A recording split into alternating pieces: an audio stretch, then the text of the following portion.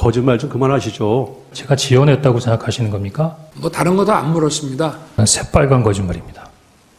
사실은 대통령님께 진지하게 말씀을 드렸어야 되는데 사실 좀 오래됐습니다. 제가 자세한 말씀을 이 자리에서 드리기는 뭐가 하지만 홍장원 1차장을 해임해야 되겠습니다. 좀 그만하시죠. 당시 뭐 이미 통화 내역도 나와 있고 통화 시간도 나와 있는데 제가 여인영 사령관이 누구로부터 지시를 받고 어떤 명단이 있고 그런 것까지는 제가 알 수 있는 사항이 아니었죠. 네, 다음 질문, 저는 다만 다음 질문 좀 여인영 여쭙겠습니다. 사령관으로부터 시간이 11시 없어서요. 6분에 이야기하는 여인영- 걸 들었을 뿐입니다. 예, 여인영 사령관은 당시 증인과 통화할 때 엘리베이터 안으로 오르내리면서 아주 분주한 상황이었다고 합니다. 명단을 말할 객관적인 상황 자체가 되지 않는 것 같은데요. 방첩사 간부들도 체포 명단 이야기가 나온 적이 없다고 합니다. 그리고 증인의 체포 명단을 보면 아주 다양한 사람들이 기재되어 있는데 널리 알려져 있듯이 방첩사가 출동한 것은 단 두 방향, 국회와 선관위 관련뿐입니다. 증인이 명단에 열거한 그 수많은 사람들이 국회와 선관위 방향과 연결된다고 말할 수 있나요? 아니요. 저는 뭐 특별한 연관성을 갖고 한 게 아니라 여인영 사령관이 불러준 명단을 받은 거고요. 그럼 우리 변호인께서는 그 10명, 10여 명의 명단을 제가 지어냈다고 생각하시는 겁니까? 네. 제가 12월 6일만 하더라도 네, 제가 제가 하는 부분에 대해서 다음- 많은 의혹을 네, 제기했지만 죄송합니다. 시간상요. 지금 제가 이미 다음 방첩사에서 질문을 똑같은 드리겠습니다. 명단이 확인됐다고 언론에 나왔던데요. 다음 질문하겠습니다. 네. 송준호 변호사입니다. 증인은 지난번 국조특위에서 김성훈 경호차장 만난 사실 있죠? 김성훈 경호처와 만난 적 있죠. 같이 그때 출석하에 있는 증인으로 같이 있었습니다. 예. 그때 김성훈 경호차장이 증인한테 이제 거짓말 좀 그만하시죠. 이렇게 물어보니까 증인이 미안하다, 가른말을 잘못 탔다, 이렇게 대답한 적이 있죠? 새빨간 거짓말입니다. 김성훈, 네, 그럼 제가 다음 김성훈 질문 경호차장이 좀 저한테 뭐라 그랬냐면, 좀 그만하시죠.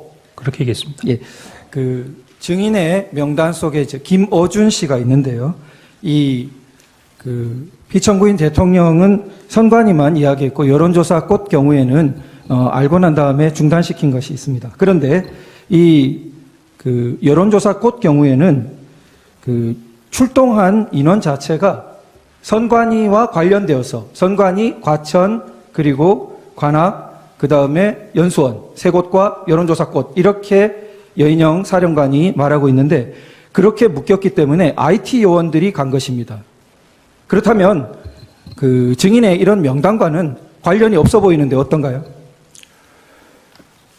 변호인님, 제가 이 관련된 부분에 대해 작전을 지시하거나 아니면 책임지는 책임자가 아니지 않습니까? 다만 도와줘라 라고 하는 말씀을 듣고 뭘 도와줄 건가를 물어보기 위해서 전화를 했고 그때 그 여인영 사령으로부터 들은 이야기를 그냥 전하는 겁니다. 그게 옳은지 그른지도 제가 판단할 수 있는 부분이 아니고 그냥 들은 이야기를 전하는 겁니다. 예, 제안합니다. 정영식 재판관님 질문하십시오. 증인 여인영 사령관하고 23시 6분경에 이제 마지막 통화한 거 그거 여쭤보는 겁니다. 예. 그때 이제 하여튼 뭐 이런저런 얘기가 있다가 도와준다고 하면서 도와달라고 하면서 체포조가 나가 있는데 소재 파악이 안 됩니다. 명단 불러드릴게요. 이렇게 얘기하면서 명단을 불렀다는 거죠. 그렇습니다. 그러니까 그 말은 그 명단이란 거는 체포할 사람이라는 뜻으로 받아들였어요. 예, 저는 그렇게 이해했습니다. 그 다음에 그런데 그리고 나서 이제 계속해서 1조, 2조 뭐 이제 축차 검거 후에 구금시설에 감금 조사할 예정이다. 제일 급한 것이 위치 추적이니까 위치 추적 부탁드립니다. 이렇게 얘기했다는 거죠. 그렇습니다. 그러면 결국 여인영 방첩사령관이 요구한 거는 이 사람들에 대한 위치 추적을 해달라라는 거죠. 그렇습니다. 근데 아까 이제 청구인 측 물어본 거에는 할 수 없다. 그 위치 추적을 할 수 없다. 이런 식으로 답변을 하셨는데 이게 이제 법적으로 안 된다는 뜻입니까? 아니면 기술적으로 안 된다는 뜻입니까? 아니면 법적으로 안 된다는 뜻입니다. 기술적으로는 가능합니까? 만약에 법적으로 허가를 받고 해야 된다고 하면 할 수 있을 것 같습니다. 국정원에서 독자적으로 할 수 있다는 겁니까? 지금 예전에 국정원이 단독으로 하는 것보다는 저희들이 그 협력센터를 많이 만들어 놓고 있습니다. 그 저희들 협력센터나 그 대테러 정보센터 같은 데는 그 소방청에서도 나와 있고 또 일부에는 또 경찰하고도 협업하고 있고 관세청, 이게 가능하다. 방사사 협업을 통해서? 이렇게 여러 기관들하고 다 협업을 하고 있는 부분에 있어요. 센터들이 있습니다. 국정원이 꼭 하지 않더라도 뭐 예를 들면 소방청이나 아니면 경찰청을 통해서 할 수 있는 부분이기 때문에 국정원이 기본적으로 할 수 없다라고 말할 수는 없고 할 수 있는 부분에 있어서 여러 가지 툴은 있으나 그 하는 부분에 있어서는 여러 가지 기본적인 룰이 있다 이렇게 설명드리는 것이 맞을 것 같습니다. 그러면 위치 추적을 한다는 말은 네, 결국은 휴대폰 위치 추적인 거죠? 제가 직접 해보지 못해서 정확한지는 모르겠습니다. 당연히 그럴 것 같습니다. 그렇다. 그다음에 그러면 아까 그 메모 좀 띄워주시겠어요? 127호증에인가요? 그 증인이 부관한테 시켜가지고 했다는 메모 있는데 127호증에 이 메모. 이 메모에 이제 그 아래는 1조 2조 1조 2조 뭐죠? 이게 뭐 축차 검거 그다음에 뭐 방첩사 구금 시설의 감금 조사. 이거는 이제 증인이 여인영 사령관으로부터 들어서 그렇게 적어놨다는 거죠, 나중에. 밑에 있는 거 말씀이십니까? 밑에. 예, 그렇습니다. 그리고 그 밑에 보면 검거를 요청, 위치 추적과 이렇게 돼 있어요. 그 마지막에 이제 그 워딩이 마지막으로 끝날 때 위치 추적만으로 끝나는 것이 아니라 그 위치 추적을 하면서 저희들 그 검거를 좀 지원해 주십시오. 검거 이런 부분에 있어서 검거를 좀 지원해 주십시오라는 검거의 요청이 있었다. 뭐 그런 의미로 그 제가 말은 검찰 조사에서도 얘기하지 않았잖아요. 검거를 요청했다는 말은 하지 않은 것 같은데. 검거를 요청했어요? 이 검거를 요청했다고 검찰에 제기한 부분에 있어서의 내용이 써 있지 않습니까? 아니, 그러니까 요 메모에는 써 있는데 여인영 사령관이 검거를 요청했어요? 위치를 추적하는 것 자체가 체포 대상자의 검거를 하기 위한 부분에 있어서의 지원을 요청하는 거라고 이해했습니다. 아니, 제 말은 처음에는 체포조가 나가 있다. 네. 그 말은 이제 체포하러 다닌다는 말 아니에요. 근데 위치를 모르니까 위치를 추적해서 알려달라는 취지지, 증인한테 체포를 도와달라. 그러니까 말은 체포를 요청. 여기 보면은 체포를 요청, 검거를 요청, 괄호하고 위치 추적과 돼 있어요. 위치 추적보다는 검거를 요청한 것을 또 주안점으로 써놨는데, 검거해달라고 여인영 사령관이 굳이 얘기할 필요가 없잖아요. 자기들이 검거하러 나가 있는데 위치 추적만 받으면 되지 왜 국정원이 체포를 하러 다녀요? 체포할 인원이 있어요? 국정원에? 체포할 수 있는 여력이 있습니까?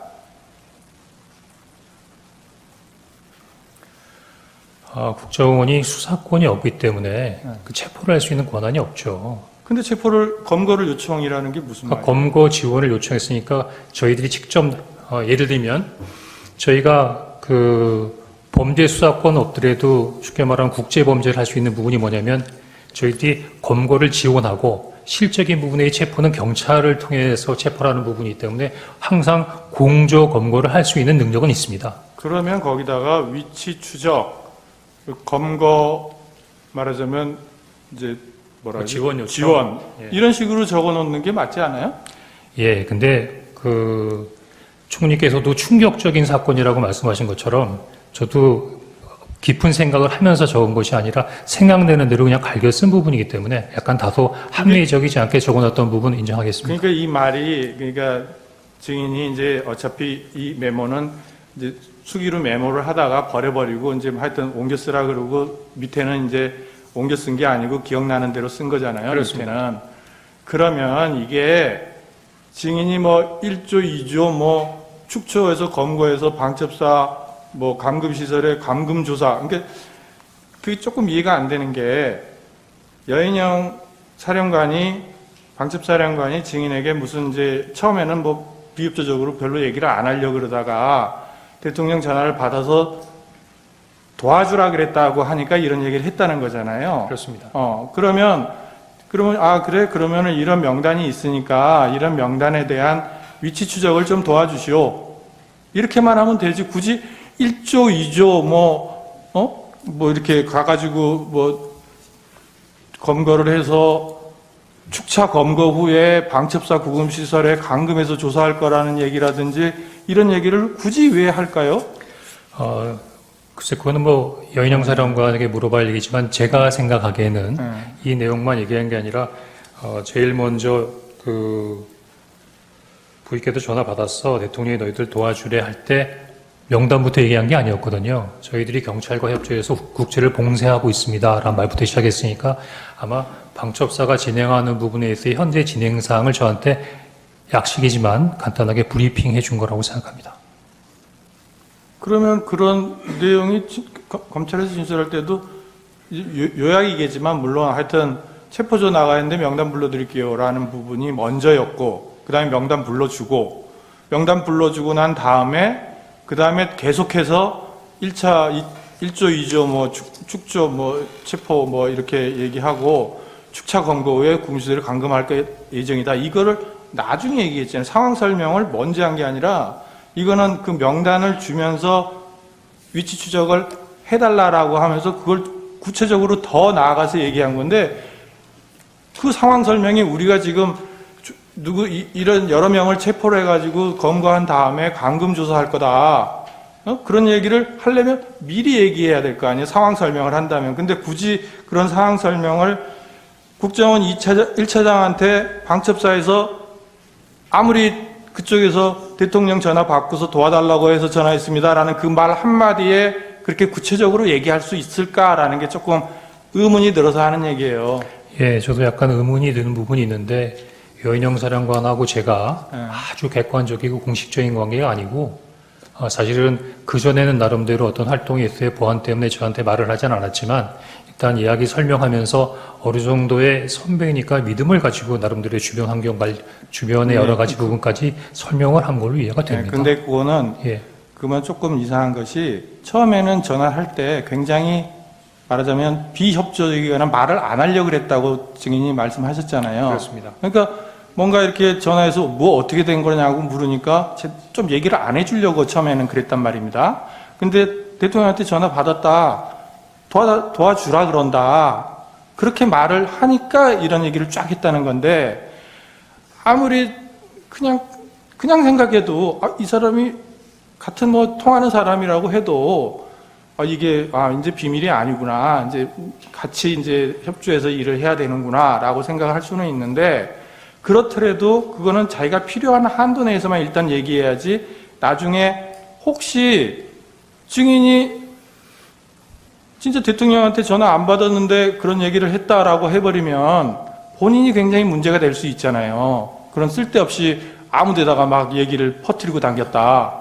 이런 얘기도 될 수 있는데 정보에 관한 방첩사령관이 정보 같은 거는 굉장히 민감하게 보존을 하는 사람이 그렇게 쉽게 얘기를 했을까라는 생각이 들어서 그게 명단을 주니까 증인이 그냥 이거 명단을 그래서 체포 뭐 그러면서 뒤에 얘기했는데 그때는 뭐 거의 막 듣기도 싫었다는 취지 아니에요. 증인은 이게 말이 되는 소리냐 해서 그럼에도 불구하고 그런 내용을 자세하게 또 여기다가 메모를 해놓은 게 좀 선뜻 좀 이해가 안 돼서.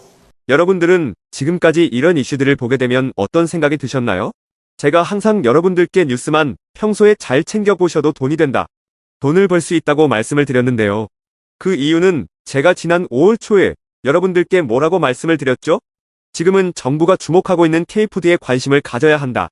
뉴스만 보고 끝내지 마시고 투자 쪽으로 한번 생각해 보셔야 한다. 라고 말씀을 드렸습니다. 그리고 나서 이런 썸네일들을 뉴스를 통해서 많이 보셨을 텐데요. 이렇게 정부가 정책으로 밀어주는 산업이 이슈가 됐을 때 정보에 민감한 부자들은 어떻게 생각할까요?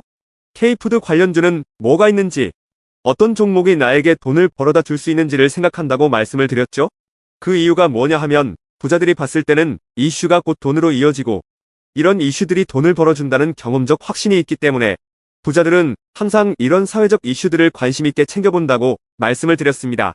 실제로 제가 지난번에 시청자분들과 함께하는 주식으로 수익 내기 이벤트를 진행했었는데요.